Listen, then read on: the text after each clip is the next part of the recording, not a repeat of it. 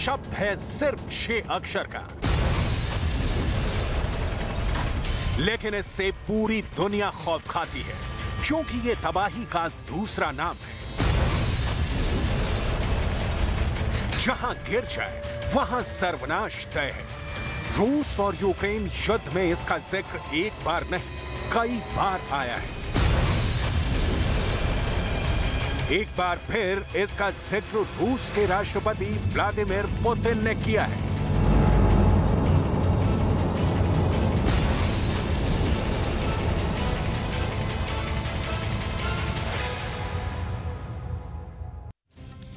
Putin ने ऐसा क्या कर दिया है कि यूक्रेन परेशान है, अमेरिका घबराया हुआ है, यूरोप भी डरा हुआ है। खबर यह है कि रूस के सरहदी इलाकों में बहुत से लोग यूरोप की तरफ कूच कर रहे हैं। रूस के एयरपोर्ट्स पर लंबी कतार लगी हुई है। नंबर 1 चैनल के नंबर 1 शो कच्चा चिट्ठा में आज रूस के न्यूक्लियर डिसीजन पर बहुत बड़ी खबर है। नमस्कार, मैं हूं प्रीति रघुनंदन और कच्चा चिट्ठा में आज सबसे पहली खबर यूक्रेन के परमाणु चैप्टर पर है। दरअसल अमेरिका के राष्ट्रपति जो बाइडेन ने संयुक्त राष्ट्र महासभा में कहा है कि परमाणु युद्ध को जीता नहीं जा सकता, परमाणु युद्ध नहीं होना चाहिए। बाइडेन ने कहा कि अमेरिका हथियारों को लेकर जो संधियां कर रहा है उन पर बात करने के लिए तैयार है। ये बात साबित करती है कि दुनिया में परमाणु युद्ध के खतरे को लेकर अमेरिका और रूस की लीडरशिप पर इस वक्त बहुत ज्यादा दबाव है। No matter what else is happening in the world, the United States is ready to pursue critical arms control measures. A nuclear war cannot be won and must never be fought. तो Biden का इशारा सीधे सीधे Putin की तरफ था, क्योंकि Putin ने आज परमाणु युद्ध पर बहुत बड़ी बात कही है। बाइडेन के इस बयान को पुतिन पर पलटवार माना जा रहा है, क्योंकि यूक्रेन युद्ध को लेकर बाइडेन और पुतिन में सीधे सीधे ठनी हुई है। कच्चा चिट्ठा में आप ये रिपोर्ट देखिए, आप समझ जाएंगे कि यूक्रेन में अगले 50 घंटों में क्या होने वाला है।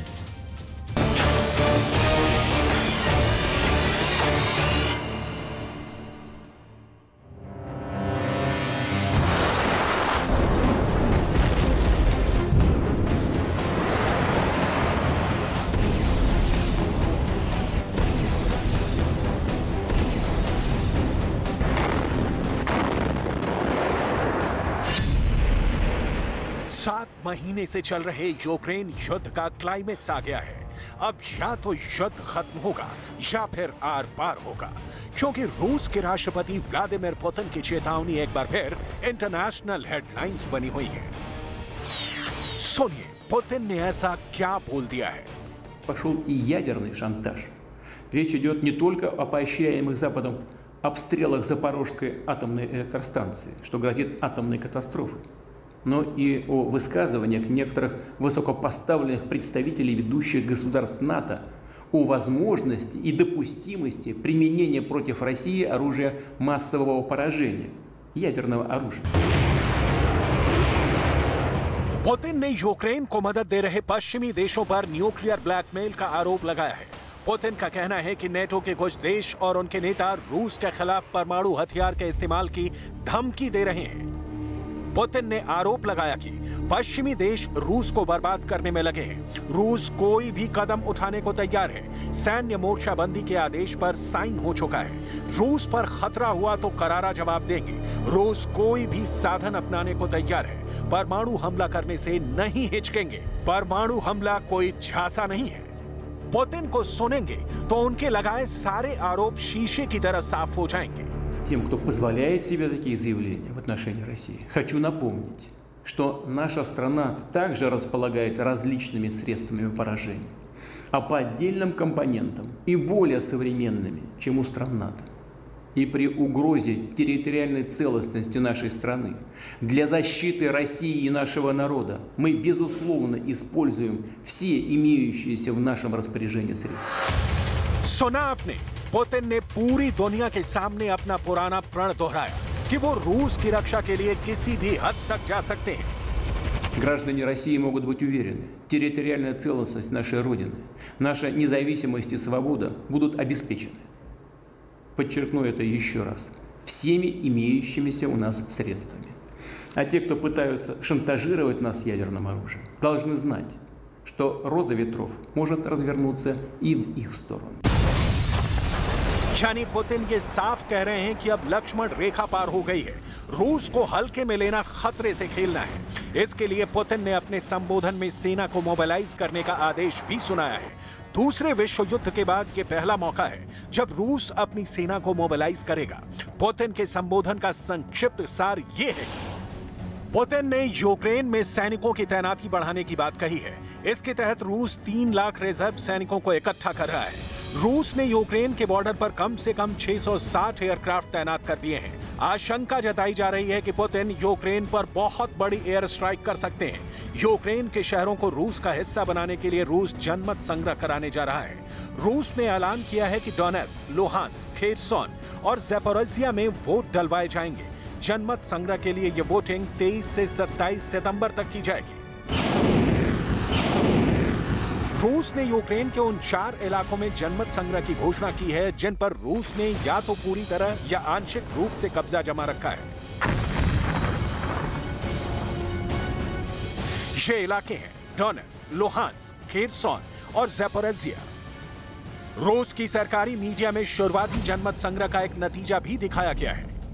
डोनेट्स्क, लुहांस्क, खेरसोन और ज़ैपोरिज़िया में 80% से अधिक लोग रूस में शामिल होना चाहते हैं, जबकि डोनेट्स्क और लुहांस्क में यह आंकड़ा 90% से अधिक है।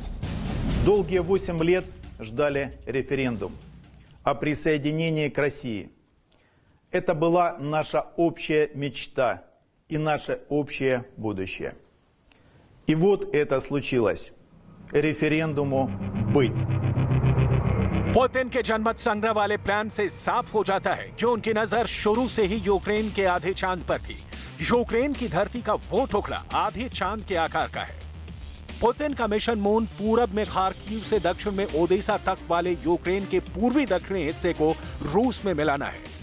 जब पुतिन ने इस जंग को शुरू किया तो उनका सबसे बड़ा लक्ष्य था क्राइमिया को रूस की मुख्य भूमि से जोड़ना, यानी क्राइमिया और रूस को जमीनी रास्ते से लिंक कर देना।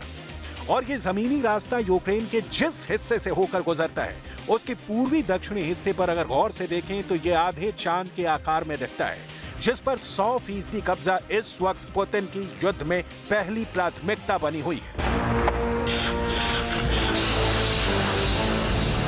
यही वजह है कि पुतिन ने अपने संबोधन में बाकायदा इसका जिक्र किया है। लेकिन पुतिन के इस संबोधन को लेकर पश्चिमी मीडिया में अलग दावा पेश किया जा रहा है।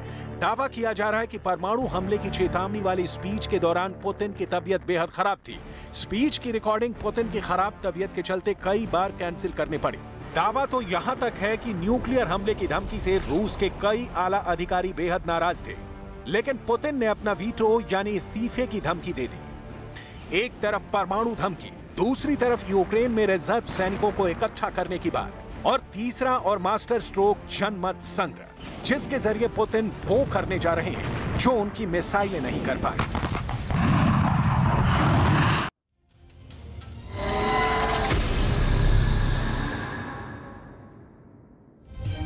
और इधर ज़ेलेंस्की ने एक इंटरव्यू में कहा है कि उनको इस बात का यकीन नहीं कि पुतिन परमाणु बम का इस्तेमाल करेंगे। देखा जाए तो यूक्रेन जंग के हर मोर्चे पर पुतिन की फौज काफी तनाव में है। यूक्रेन के काउंटर अटैक के बाद रूस के पांव उखड़ने शुरू हो गए हैं और एक ह्यूमन राइट एक्टिविस्ट का दावा है कि जंग जारी रखने के लिए रूस के पास सेना कम पड़ गई है। लिहाजा पुतिन के इशारे पर रूस की जेल में बंद कैदियों को रूस की सेना में भर्ती किया जा रहा है।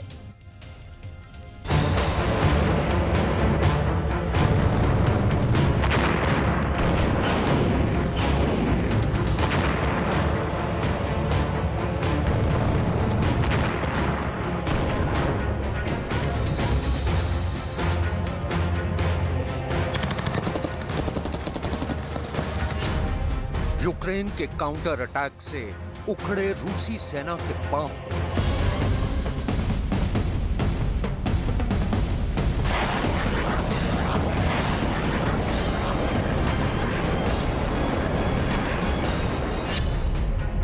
यूक्रेन ने वापस जीते कई अहम इलाके।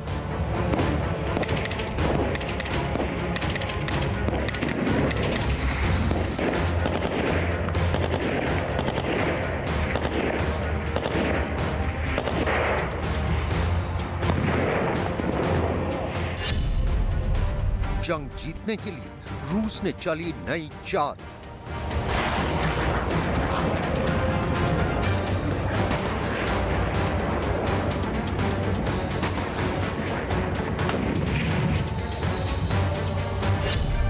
यूक्रेन फतेह का फॉर्मूला, पुतिन का कर्मा।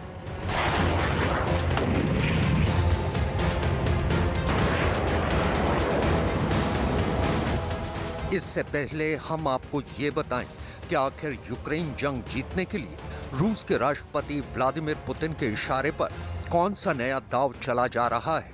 उससे पहले हम आपको यूक्रेन जंग की वो तस्वीरें दिखाते हैं जो इस हकीकत की तस्दीक कर रही हैं कि जंग में फिलहाल यूक्रेन के काउंटर अटैक में रूसी सेना के पांव उखड़ने शुरू हो गए हैं और यूक्रेन की सेना रूसी फौज के कब्जे से अपने देश के कई अहम शहरों को वापस जीतने में कामयाब हो चुकी है।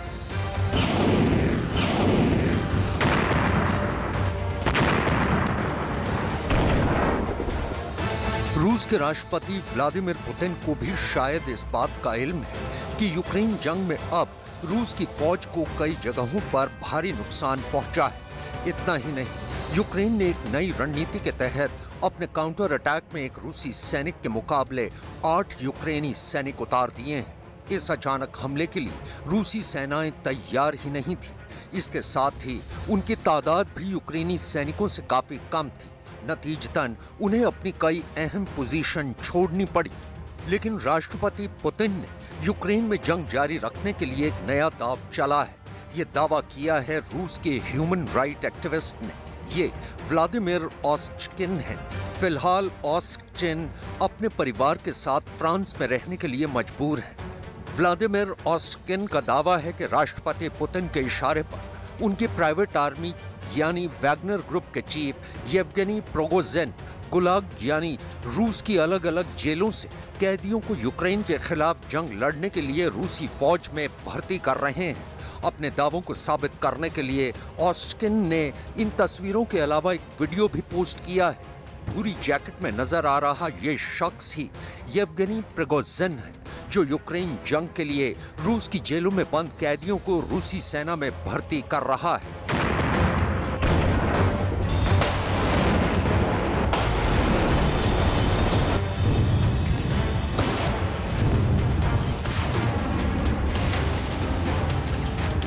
आइए अब आपको ओस्चकिन का पोस्ट किया वो वीडियो दिखाते हैं जिस पर उनका दावा है कि रूस के पास यूक्रेन जंग लड़ने के लिए सैनिकों की कमी हो गई है, लिहाजा वो जेलों में बंद कैदियों को अपनी सेना में शामिल कर रहा है।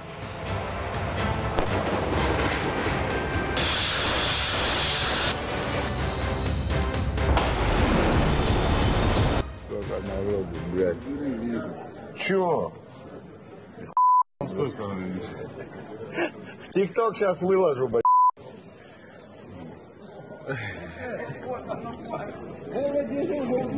Серьезно, он тоже с***ся. Тут. Вова тоже, блядь. Вова пошел. Все едут, короче, блядь, то ли красть, то ли воевать. व्लादिमीर ओस्चकिन का दावा है कि ये वीडियो रूस की एक जेल का है, जिसमें रूस की सेना में भर्ती होने के लिए एक नहीं बल्कि कई कैदी नजर आ रहे हैं। उनका कहना है कि रूस अब तक यूक्रेन जंग के लिए 28,000 कैदियों को अपनी सेना में भर्ती कर चुका है।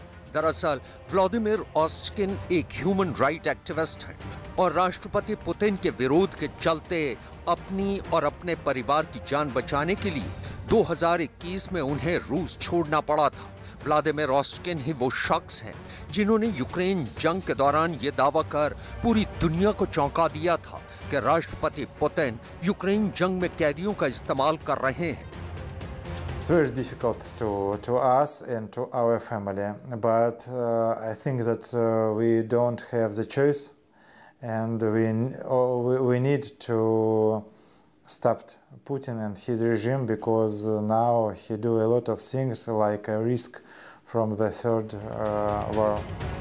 व्लादिमीर ओस्चकिन का तो ये भी कहना है कि रूस की खुफिया एजेंसी FSB फ्रांस में उन पर जानलेवा हमला भी कर चुकी है, लेकिन वो इस हमले में बच गए थे। September, I saw the red point I hear, and me and the policemen and the people who live near me hear the sounds of shoot.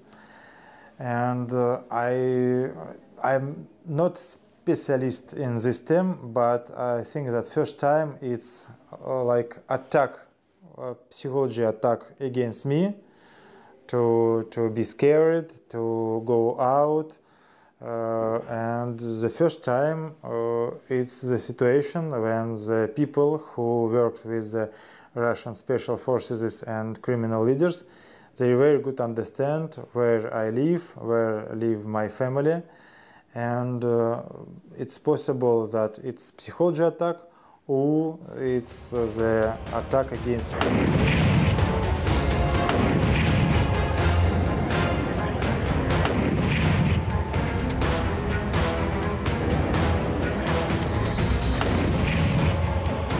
सिर्फ व्लादिमीर ऑस्टकिन ही नहीं बल्कि रूस की एक जेल में बंद राष्ट्रपति पुतिन के सबसे बड़े विरोधी एलेक्सी नवल्नी ने भी एक ट्वीट जारी किया है।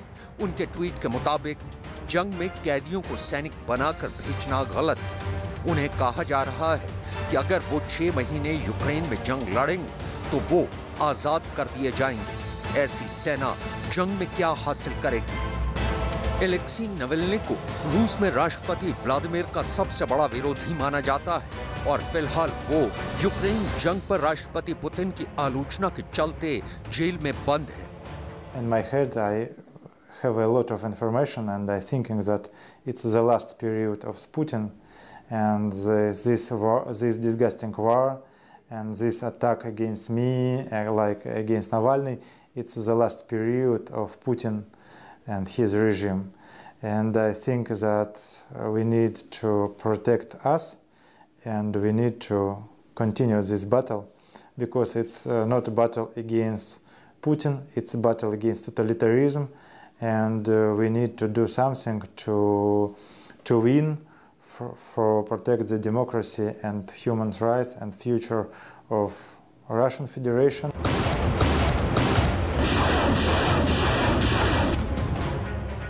यूक्रेन जंग के बीच यूक्रेन सरकार ने भी एक बड़ा दावा किया है और यूक्रेन सरकार का ये दावा भी एक ट्वीट की ही शक्ल में सामने आया है।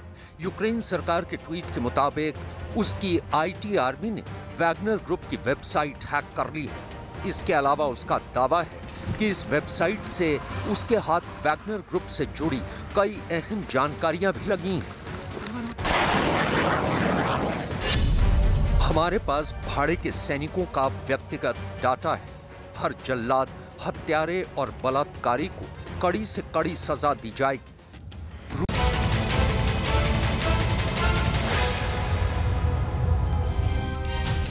बाइडेन, पुतिन और ज़ेलेंस्की के ऊपर जो प्रेशर है आपने देख लिया। अब आपको दिखाते हैं शी जिनपिंग किस दबाव में है, क्योंकि अमेरिका और कनाडा ने कुछ ऐसा किया है जिसकी वजह से बीजिंग का मिलिट्री हेडक्वार्टर बहुत ज्यादा तनाव में आ गया है। कच्चा चिट्ठा में रिपोर्ट आपको दिखाते हैं, आपको समझ में आ जाएगा कि अगले 48 घंटे में कैसे ताइवान को लेकर हालात एक बड़े युद्ध में बदल सकते हैं।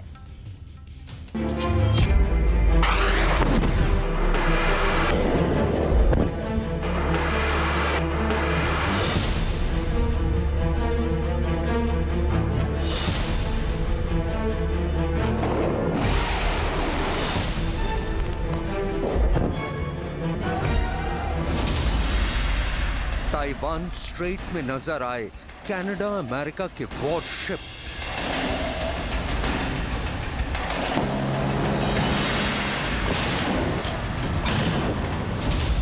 जो बाइडेन के बयान के बाद ताइवान के नजदीक अमेरिकी युद्धपोत।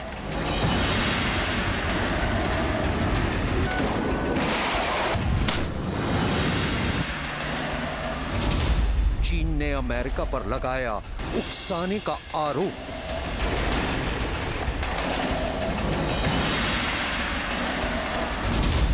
ताइवान स्ट्रेट में सुलग रही जंग की चिंगारी।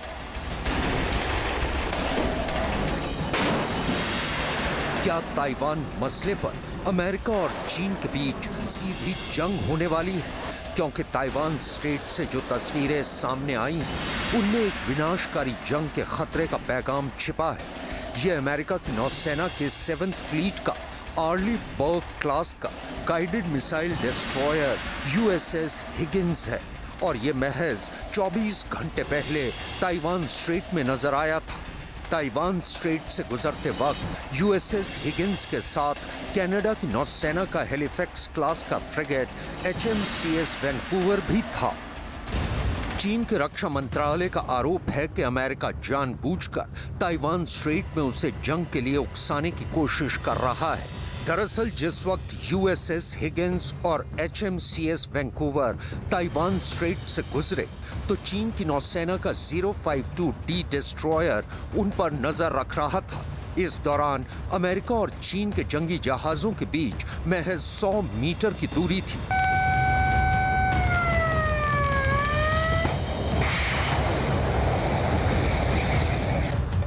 हालांकि अमेरिका की 7th फ्लीट और रॉयल कैनेडियन नेवी का कहना है कि अंतर्राष्ट्रीय कानून के फ्रीडम ऑफ नेविगेशन के तहत ये उनकी रूटीन गश्त थी, लेकिन इस पर चीन की नौसेना के पूर्वी थिएटर कमांड के मुताबिक यह अमेरिका और उसके सहयोगियों की उकसाने वाली कार्रवाई है।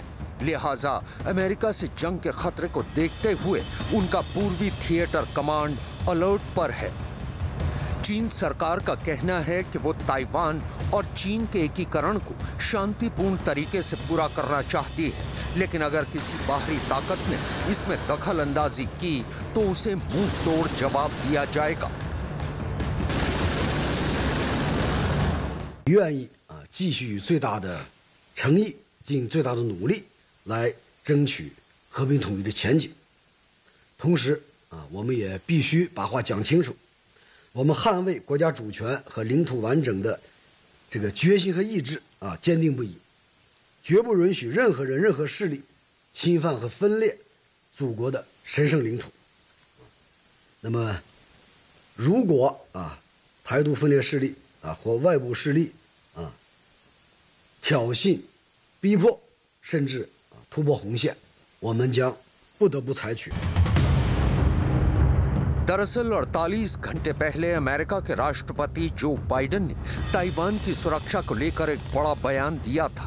उनके बयान के मुताबिक अगर चीन ताइवान पर कब्जा करने के लिए उस पर हमला करता है तो अमेरिकी फौज ताइवान की सुरक्षा करेगी। इस बयान पर चीन ने कड़ा एतराज भी जताया था, लेकिन अमेरिकी राष्ट्रपति के बयान के महज 48 घंटे बाद ही अमेरिकी जंगी जहाज का ताइवान के पास नजर आने का एक सीधा सा मतलब निकलता है कि अमेरिका चीन को ये पैगाम देना चाहता है कि वो उसके साथ सीधी जंग के लिए भी तैयार है।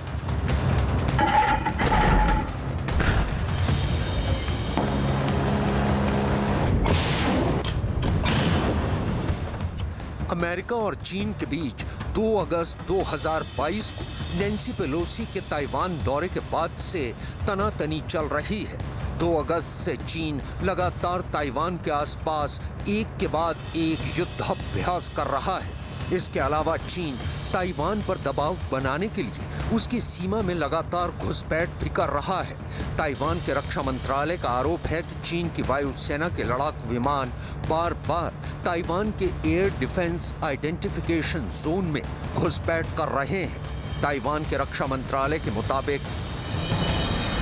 20 सितंबर को ताइवान के एयर डिफेंस आइडेंटिफिकेशन जोन में चीन के 24 लड़ाकू विमान नजर आए। इनमें एक शेनयांग J-16 फाइटर जेट भी शामिल था। इसके अलावा चीन ने ताइवान के आसपास अपनी नौसेना के 4 जंगी युद्धपोत भी भेजे। अपनी सीमा से चीन के लड़ाकू विमानों को खदेड़ने के लिए ताइवान को उन्हें रेडियो वार्निंग देनी पड़ी और चीन के जंगी जहाजों को रोकने के लिए ताइवान को अपने छोटे जंगी जहाज भेजने पड़े। सितंबर 2022 में अब तक चीन के 401 मिलिट्री एयरक्राफ्ट ताइवान की सीमा में घुसपैठ कर चुके हैं। इतना ही नहीं, चीन की नौसेना के 101 जंगी जहाज ताइवान स्ट्रेट में मीडियन लाइन के पास नजर आए हैं।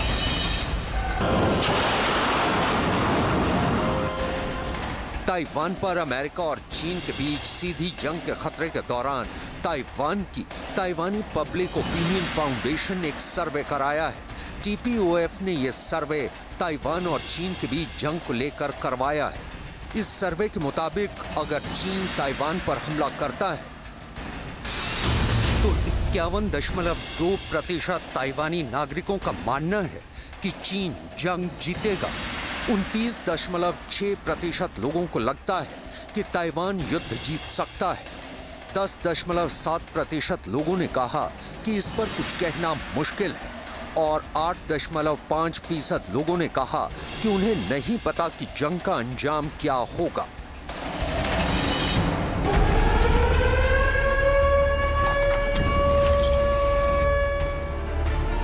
सर्वे करवाने वाली कंपनी यानी TPOF के मुताबिक चीन से जंग जीतने की उम्मीद रखने वाले ताइवानी नागरिकों की तादाद उनकी उम्मीद से कहीं ज्यादा रही और इसका एक सीधा सा मतलब निकलता है, वो ये कि ताइवान की 30% आवाम चीन से जंग के लिए तैयार है।